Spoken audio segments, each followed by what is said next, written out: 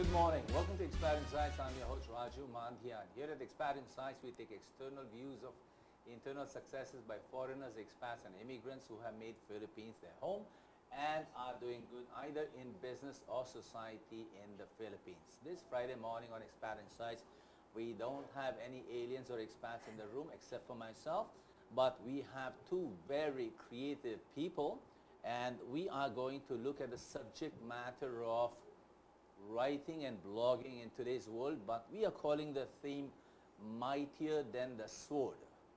You figure out the rest of that figure of speech. And my first guest, a writer, business, corporate writer, and newly turned professional, Luwee Francia, to talk to us about the power of words, the power of good writing. Luwee Francia, welcome to Expat Insights. Thank you for having me, Raju.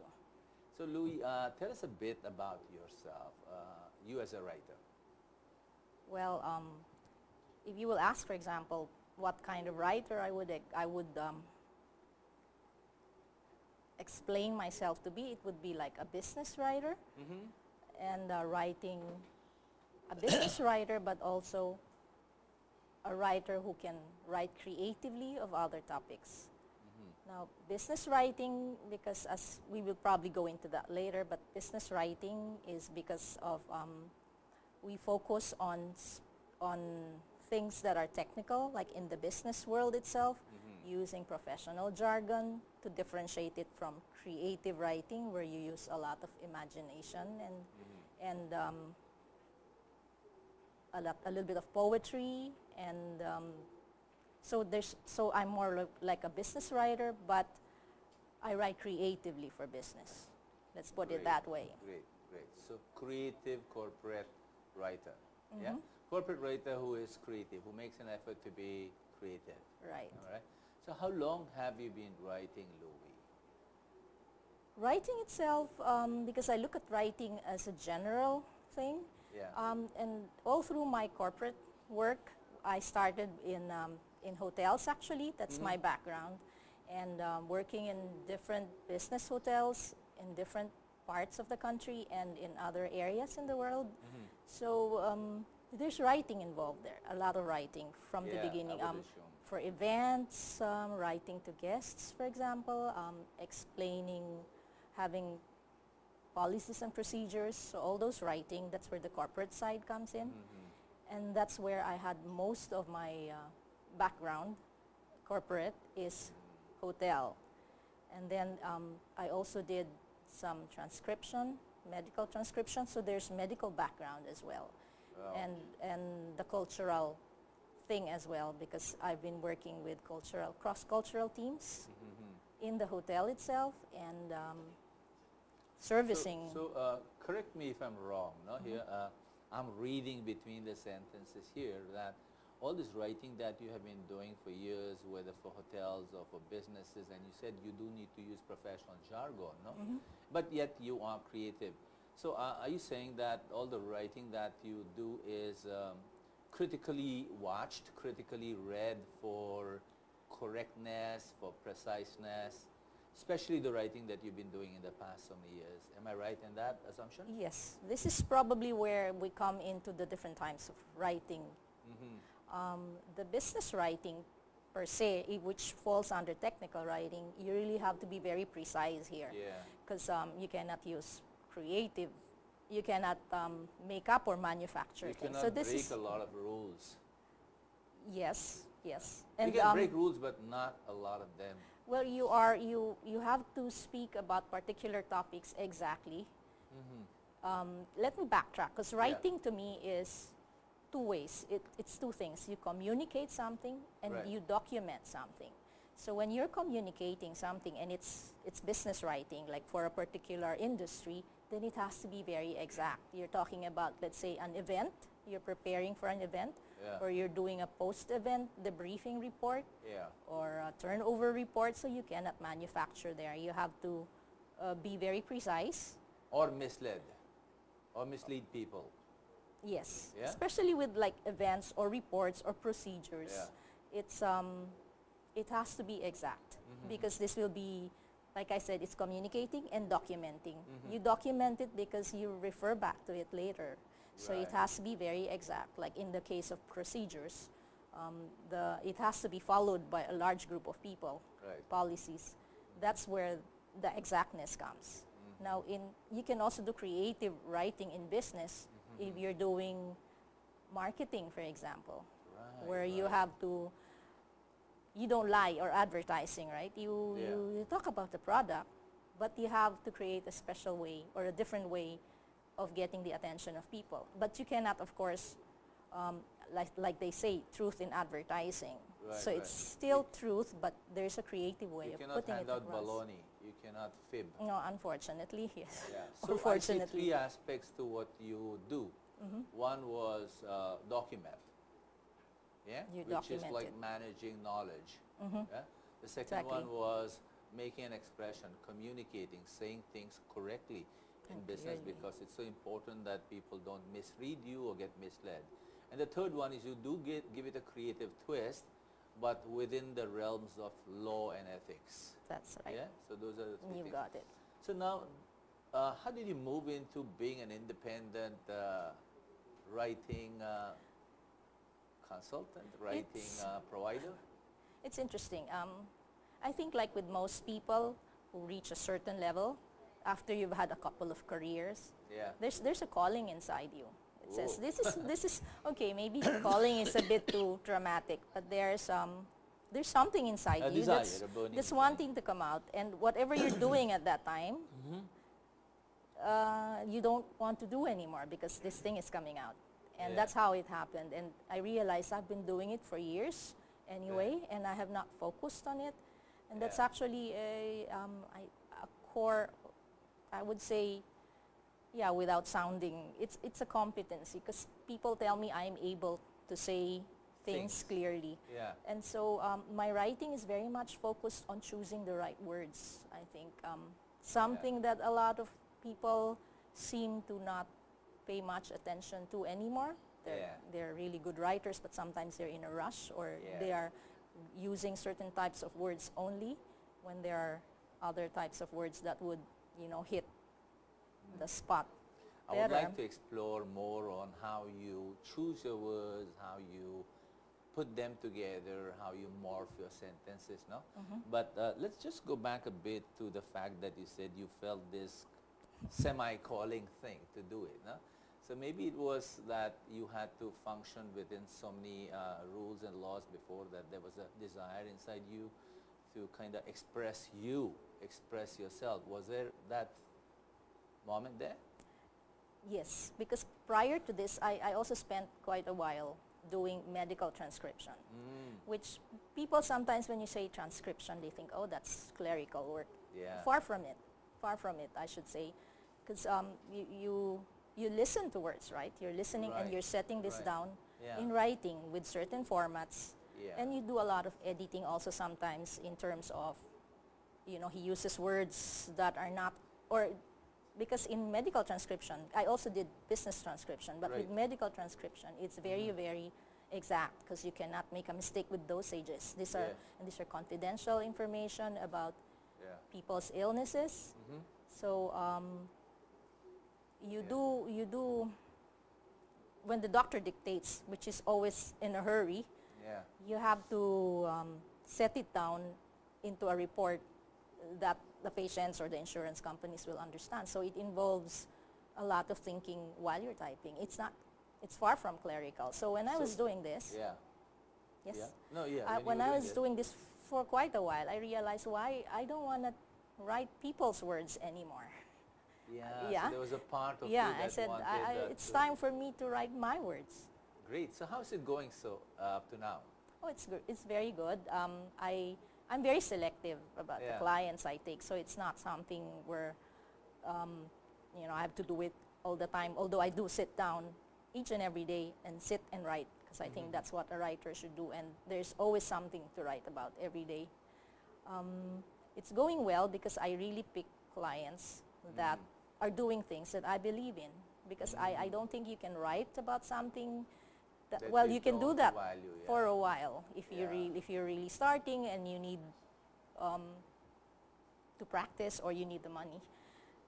You might do that for things you don't really believe in, but the quality of the writing will be quite different, not authentic. Let me take you to a couple of things, a couple of questions on my mind. Now, the first one, of course, I'm still holding on to the thought that how do you choose words, how do you morph them, how do you put them together. The other thing that you mentioned, you've been happy, been successful. I want to find out what has been your best output, if you have one, unless you consider all of them to be your best. But is there something that you'd like to share, saying that in the last so many years I wrote this particular piece or an article and I'm supremely proud of it? Is there something you want to share, a little high point? There's a couple of articles in a business startup site, which it's about CSR, corporate social responsibility. Right. I particularly like that because I'm also very much into environment, and I was able to focus on that. And I think it's the kind of article where you look back and you say, you know, years from now you will look back at it and be proud of it. Do you want to share names and the client, or no? Probably. It's actually a website that's for startups. So it's in the blog, actually. So it's about CSR and the value of CSR. Wow, you should actually give us a link to that so that we can plug it. Now, how do you go about writing? I mean, what is your method?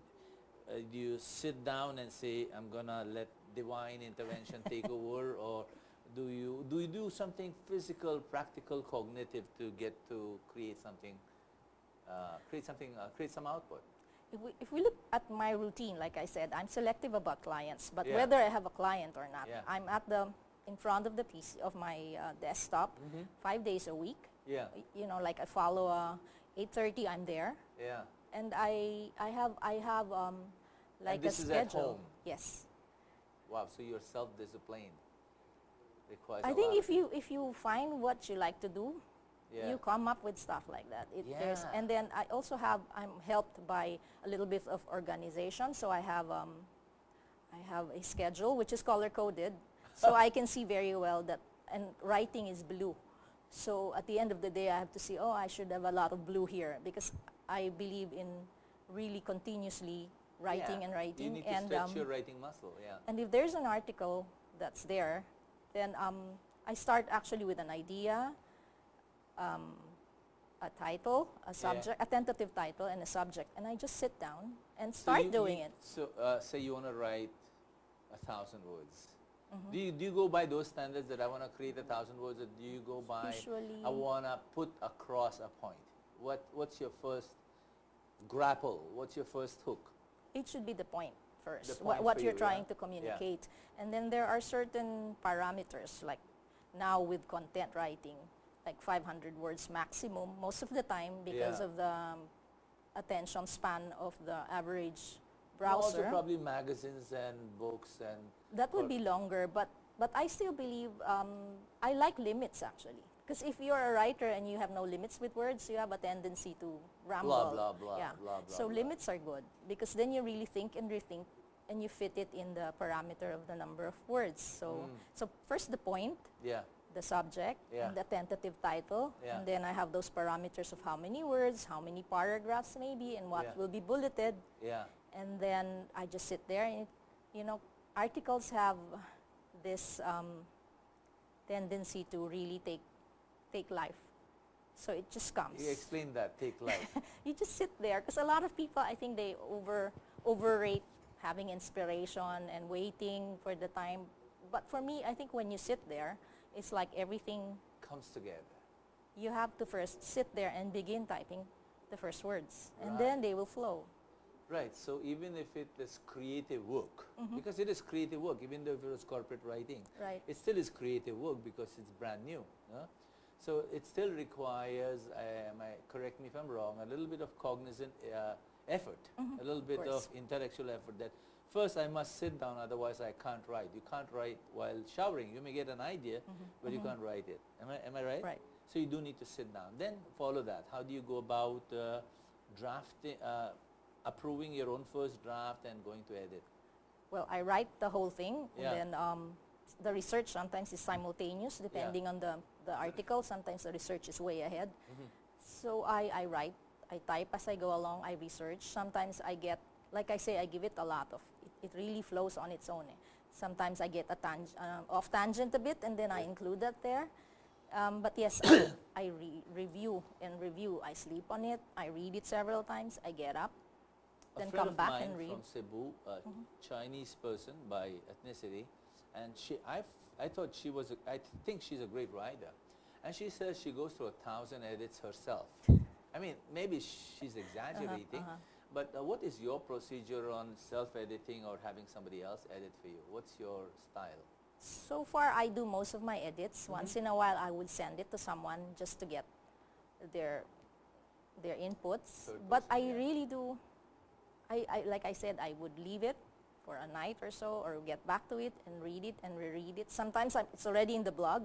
I've already published it, and then I'll still change it after a while. So I think that's for my blog anyway. There is no specific steps, because that's what even I do when I write something. That's exactly what I do. Think of what I'm going to say, right? And think of how long I'm going to blah, blah about it, and then probably leave it and have second, third, or fourth thoughts about it. Is that correct? I think that's usually how it goes. Of course, there's also people who do outlines. Depends on how serious the article is. You have but I have not used outlines so far. And I think it does work, 'cause I always try to get, of course, to step into the shoes of the ones receiving it. So there's a lot of research as to how to get their attention. Remember, when you write, first there's cognition of the reader. And attention is the first thing, and that's already tough enough in this world now where you have so much. Any writing, I would suppose, no? But especially online. Oh, okay. The attention. So, two questions that now that you mentioned the word online, which did not exist 25 years ago. There was no such thing as online writing, no? So it was anything in line, no? How much of your outputs, whatever outputs you've created, would you say contain researched materials? And how much of would you say is that you created or you cooked them up yourself? Generally speaking, personally, you. There's a lot of research, secondary research though, for soft. Most of my writing is like, soft writing. It's like not, the academic writing where you have to do hard primary research. Just a lot of secondary research, quite a lot. I'd say 60-75%, and then but the primary research comes in, of course, if I'm writing about a person, a company. Then you really go into like ask them questions that they don't know they are revealing themselves, because it's very important, I think, to know really the person or the company or the organization. So that's primary research. So when you're profiling an individual or a corporation, so you need to know what they don't know about themselves. You need to ask questions where they answer and they don't realize that they're revealing more than they are. Which is a good thing, isn't it? Because you mean good, you don't mean harm. Yes, of course, of course. Sometimes they don't see areas where they could actually improve, and you can see it from a third. Now, going back to the part as to which one is, how do you call it? How did you just... Online. No, you said about what percentage comes... of... Yeah, the one that is... what's the breakdown? What's the ratio? From the research is, let's say, primary research, if it's for a company, I would say 45, 40, and then 15% is mine. Is the one your input. Because that comes into how you will present the idea. Every writer has his style of presenting the idea. And that's where perspective comes in, the Great. corporate perspective. Luwee, we have 5 minutes to go, and I have so many questions to ask you. And I'm run out of time, but I need to ask you two things. No? Number one is there are probably lots of budding writers, bloggers, online writers, because I'll take up online writing with Mr. Ben Francia, who's coming up next. No? What are your tips?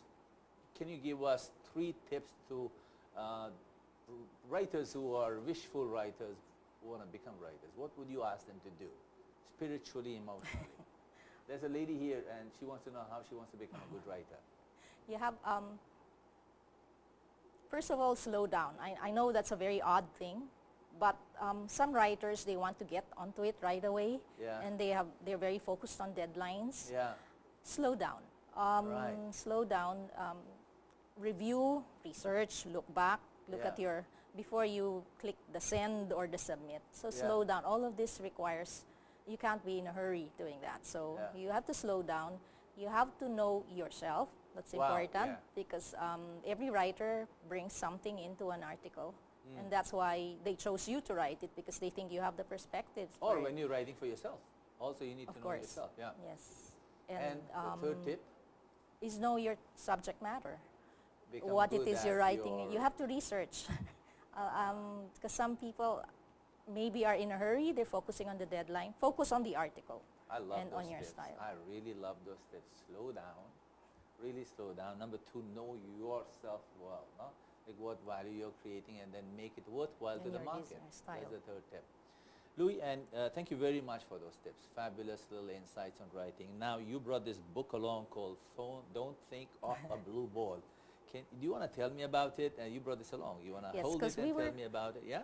We were talking, you said the pen is mightier than the sword. Yeah, morphing Well, words, we yeah. didn't actually get too much into that. But Yeah. yeah, we're talking about words, for example, the choice of words, Yeah. what we think often and say often. And the author, Malti Boljwani, who I met online, Yeah. she's the author of this book. Yeah. And just from the title, she uses NLP. You're familiar with NLP. I am familiar with Yes. that. Yes. So that's Yes. the person here. And yeah. I particularly like this book. I wrote a review on it because it aligns also with what I believe in. She talks about an old topic. It's the law of attraction. Right. It's not a new topic, but her new twist on it is that she makes it very, very direct and very easy to understand by the average person.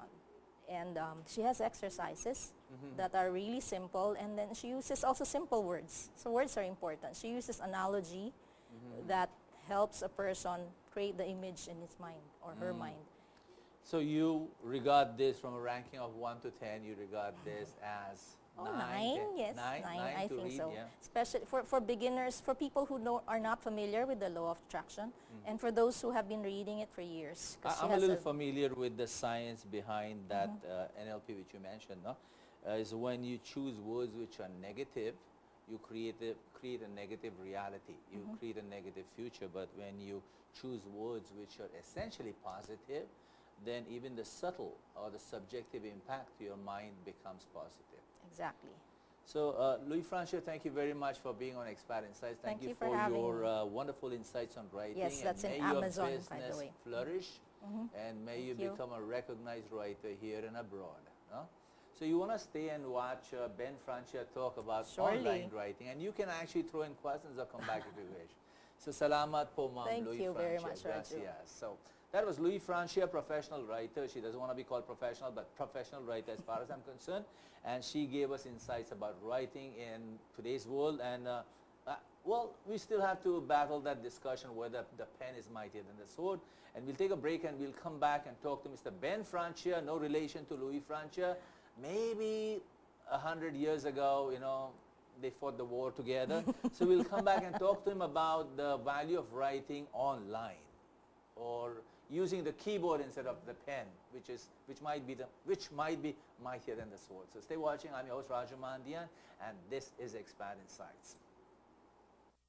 Me standing here is testimony to the fact that the stuff that I've written about in this book, it works. It works. You can't try to write a book. You can't try to make your dreams come true.